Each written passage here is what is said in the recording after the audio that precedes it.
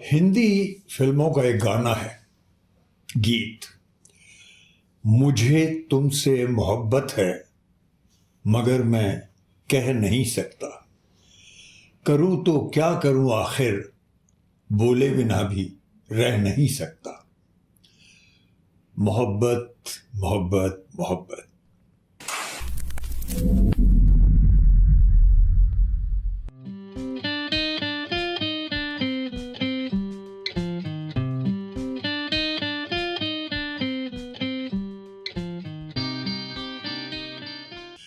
Welcome to our program Four Fingers Formula, episode 78। जैसा कि मैंने इंट्रो में कहा, मोहब्बत मोहब्बत मोहब्बत। एक सरदर्द है मोहब्बत, दिल दर्द तो है ही, पर कभी कभी बहुत खतरनाक चीज भी है मोहब्बत। आप विवाह रचाते हैं, फिर आपका बच्चा पैदा होता है, आपके घर में खुशी की नई लहर दौड़ती है, लड़का हो या लड़की हो। पर क्या कोई अंदाज है कि आप जिस बच्चे को लेके आ रहे हैं संसार में, उसकी उम्बिलिकल कॉर्ड, वो प्लेसेंटा जिससे कि वो अपनी माँ के गर्भ में जीवन अपना चला रहा था, उसको जो जीने के लिए जरूरी पौष्टिक चीजें हैं वो सब मिल रही थी, वो जब काट दिया जाता है उसके बाद जब वो एक तरह से स्वतंत्र होता है, बहुत प्यार लुटाया जाता है उस पर। धीरे धीरे जब वो बड़ा होता है, पढ़ाई लिखाई सब कुछ की जाती है, बहुत उम्मीदों के साथ आप करते हैं। पर एक घड़ी ऐसी आती है जब वो अपने आप सोचना शुरू करता है, अपनी जिंदगी को खुद अपने तरीके से उसकी जो परिपाटी है निर्धारित करने की कोशिश करता है। और उस प्रक्रिया में एक कदम ऐसा आता है जब उसको किसी से प्रेम भी होता है। ये वो मोड़ आता है जिंदगी में जब सारी उलझनें शुरू हो जाती हैं, जब हम अपने बच्चों पर तरह तरह की शर्तें उनके ऊपर थोप देते हैं। वो यहाँ शादी करेंगे, वहाँ नहीं करेंगे, इस तरह से रहेंगे, इस तरह से नहीं रहेंगे, प्यार हमसे पूछ के करेंगे, ये सब। और सबसे बड़ा जो अपराध आज बनने लगा है, जबकि उस अपराध की परिभाषा तक नहीं दी गई है, वो है लव जिहाद। मतलब प्रेम करना एक तरह का अपराध हो गया, ये समाज तय करने लगा है। वो व्यक्ति जिसको ये अनुभूति होती है उसको इसका कोई हक नहीं है। अगर पेरेंट्स भी तैयार हों तो समाज उसके ऊपर हावी हो जाता है, और वो ऐसा नहीं कर सकते। और बहुत से लोगों में इतनी हिम्मत नहीं हो सकती कि वो समाज की चुनौती स्वीकार कर सकें या समाज को खुद चुनौती दे सकें कि मुझे अपना जीवन अपनी तरह जीने का अधिकार है, प्यार करने का अधिकार है मुझे। और कमाल की चीज़ यह है कि कितनी फिल्में हम बनाते हैं जिनमें इन्हीं बातों के ऊपर गीत रचे जाते हैं, अच्छे अच्छे सीन लिखे जाते हैं, और जो ऐसी परिस्थिति आती है उसको चैलेंज दिया जाता है और उसको बढ़ाने वाली कहानियाँ होती हैं। उसी के जो इनको ऐसी चुनौतियों को स्वीकार करते हैं और जीतते हैं, उन्हीं की पीठें सब तपाई जाती है। पर रियल लाइफ में इसके विपरीत होने लगा है। उसकी वजह है क्योंकि मोहब्बत करना, उसमें भी शासकों को, राजनीतिज्ञ को, क्योंकि राजनीतिज्ञ एक ऐसा भेड़िया है जो हर जगह अवसर देखता है। अवसर ताकत हासिल करने के लिए, ताकत हासिल होती है वोट से, वही वो मिसयूज करते हैं। और जो वो इमोशन है लव का, उसको भी एक तरह के वेपन में, हथियार में तब्दील कर देते हैं। क्या मतलब कि वो इस इमोशन के जरिए बंटवारा करते हैं। क्योंकि यदि इस प्रेम, मोहब्बत, लव, इसके नाम से किसी तरह से दुराव लाया जा सके जातियों के बीच में या धर्मों के बीच में, खासतौर पर धर्मों के बीच में, और विशेष तौर पर हिंदू मुस्लिम धर्मों के बीच में, तो वहाँ एक पॉलिटिकल अपॉर्चुनिटी मिलती है। ताकत हासिल करने का मौका मिलता है, डिवाइड करके। आज के हमारे शासक यही कर रहे हैं, कोई और साधन नहीं है उनके पास। पूरी तरह से उनका वो बेनकाब हो चुके हैं, उनके चेहरे से नकाब खींच के हटा दी गई है। ना वो शासन कर पा रहे हैं ठीक से, महंगाई बढ़ती जा रही है, बुरी तरह बढ़ती जा रही है, रोजगार नहीं है लोगों के पास, लोगों में तरह तरह का जहर फैलाना वही एक साधन रह गया है। और सबसे बड़ा जहर जो आजकल यूज होने लगा है वो है लव जिहाद। कोई कानून नहीं बनाया गया, पर समाज के जो बड़े बड़े मठाधीश हैं वो आके खड़े हो जाते हैं।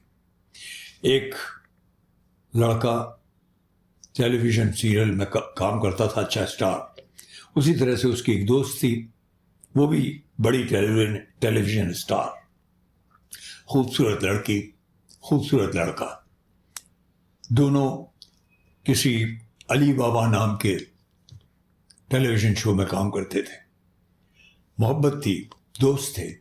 Essentially it is a emotion, a beautiful emotion deep down from our hearts, जो कि हमारा जो साथी होता है, लड़का या लड़की, उसके प्रति महसूस करते हैं, अंदर से महसूस करते हैं। फिर कुछ वजह हुई, दोनों ने आपस में साझेदारी से अलग हो जाना उचित समझा, emotionally, not as friends, intelligently they decided this. लड़की हिंदू, तुनिशा शर्मा नाम, और लड़का शीजन खान। यहाँ हो गई मुसीबत। ये मुसीबत अपॉर्चुनिटी बनती है लोगों के लिए। तो उनकी माँ को इसमें दाखिल किया जाता है आग भड़काने के लिए। तुनिशा अपनी कई वजूहात की वजह से, कई रीजंस की वजह से, जो कि सब मानसिक थे, आत्महत्या कर लेती है। सेट्स के बगल में जो मेकअप रूम होता है, कुछ होता है, भावावेश में आकर वो आत्महत्या करती है। उसकी इंक्वायरी चल रही है, उसकी अभी इन्वेस्टिगेशन जारी है, पर उससे पहले ही तोहमत लगा दी जाती है। ये लव जिहाद का मामला है। शीजन जो उसका दोस्त था, उसका बॉयफ्रेंड था, उससे वो अलग हो गई थी, और अलग वो एक दूसरे से साझेदारी से अलग हुए थे, इसकी कोई परवाह नहीं है। सारी तोहमतें उस पर इसलिए लगनी शुरू हो जाती हैं क्योंकि उसका नाम है शीजन खान। मैं हो सकता है जल्दी बोल रहा हूँ, पर मैं सोच समझ कर बोल रहा हूँ, क्योंकि जब मैंने सारी चीज़ को मैं पढ़ता हूँ और इंटरव्यूज़ देखता हूँ इनके परिवार के, तो मुझे साफ नज़र आ रहा है शरारत कहाँ है।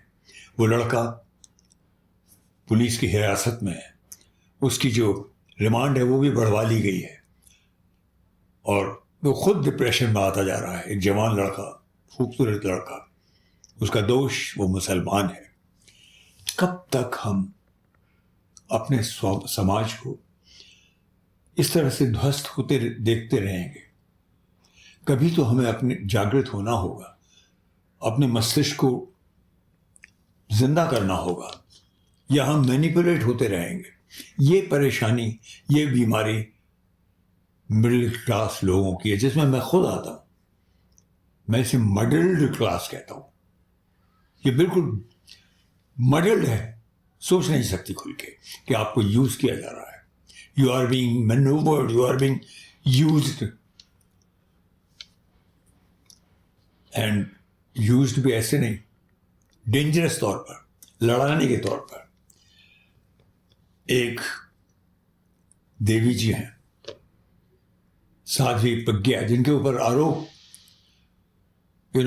बारूद, गोले बारूद के साथ में समाज को ध्वस्त करने का, वो बेल पर, फिर उन्हें टिकट मिलता है और वो एमपी बन जाती हैं, और वो खुलकर ये बात कहती हैं कि हिंदुओं को घर में हथियार रखने चाहिए, तलवारें रखनी चाहिए, चाकू रखने चाहिए, और कुछ नहीं तो किचन के जो चाकू होते हैं रसोई के, उनको रखना चाहिए, और जब मौका मिले इन्हें काट डालना चाहिए मुसलमानों को। अपनी लड़कियों को संस्कारित करो, अपने घर में हथियार रखो, कुछ नहीं तो सब्जी काटने वाला चाकू जरा तेज रखो। स्पष्ट बोल रही हूँ, चाकू जरा तेज रखो। ये बातें खुल के कही जा रही हैं।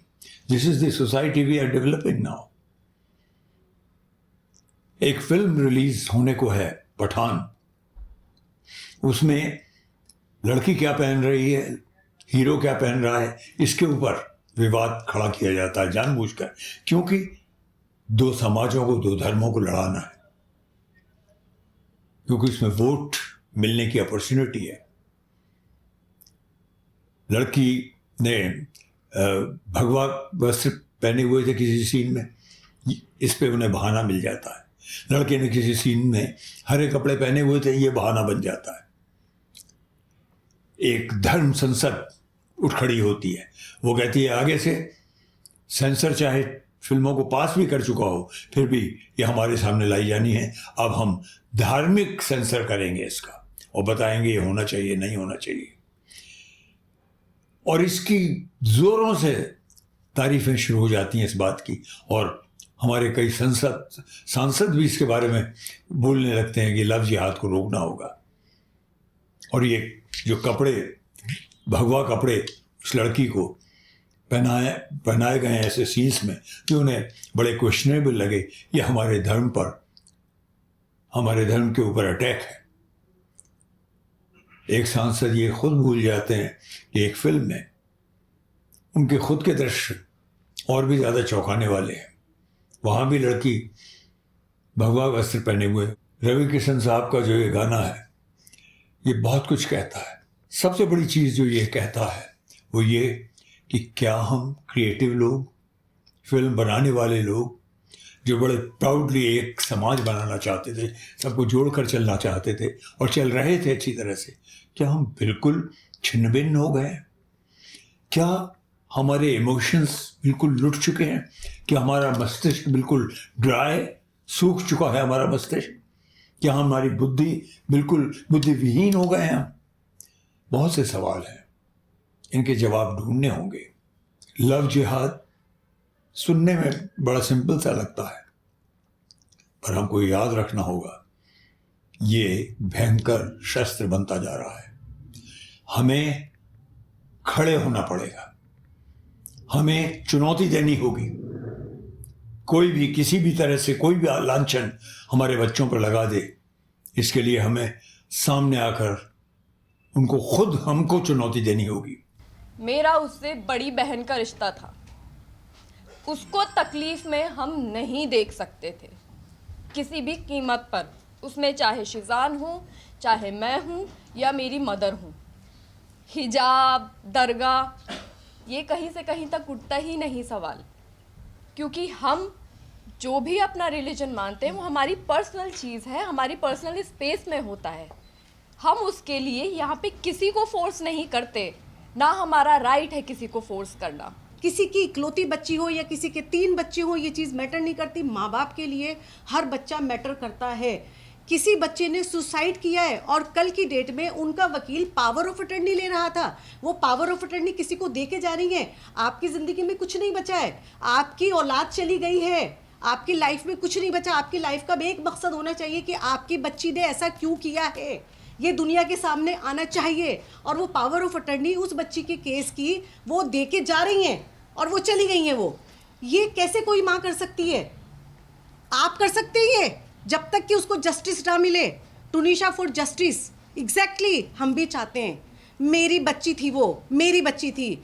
हम लोगों के लिए, हमारी फैमिली के लिए सफ़र कितना मुश्किल हो रहा है ये हमें पता है, हमारे ऊपर वाले को पता है कि एक तरफ वो बच्ची जो हमारे बहुत क्लोज थी मेरे घर की, वो सबसे छोटी बच्ची थी। वो भले ही 20 साल की थी, लेकिन मेरे लिए वो 10 साल की बच्ची थी। वो एक तरफ वो बच्ची जो चली गई है और दूसरी तरफ मेरा बच्चा जो इनोसेंट है, जिसने कुछ नहीं किया, उसको भेजने की तैयारी में उसकी माँ मेरे बच्चे पे एलिगेशन लगा रही है। क्या चाहती हो आप वनीता जी? आप क्या चाहती हो? एक बच्ची ने सुसाइड कर लिया और दूसरी माँ का बच्चा भी सुसाइड कर ले। हम इंसान हैं, इंसानों के इमोशन है हमारे। हमें अपने इमोशन के तहत अपनी भावनाओं की इज्जत करते हुए और दूसरे की भावनाओं की इज्जत करते हुए एक साथ खड़े होना होगा। हमें जुड़ना होगा एक दूसरे से। एक यात्रा चल रही है, भारत जोड़ो यात्रा, वो यही प्रयत्न कर रही है। उसकी ज़रूरत है, उसको बल देना होगा, क्योंकि शासक आज बहुत कठोर, मतलबी, अपॉर्चुनिस्ट हो गया है। वो कोई मौका नहीं चूकेगा हमको हमसे लड़ाने में। हमें सतर्क होना होगा, हमें उठ खड़े होना होगा और कहना होगा हमें मिलकर, हिंदू, मुस्लिम, सिख, ईसाई, हम सब एक हैं, हम भारतीय हैं। आज इतना ही।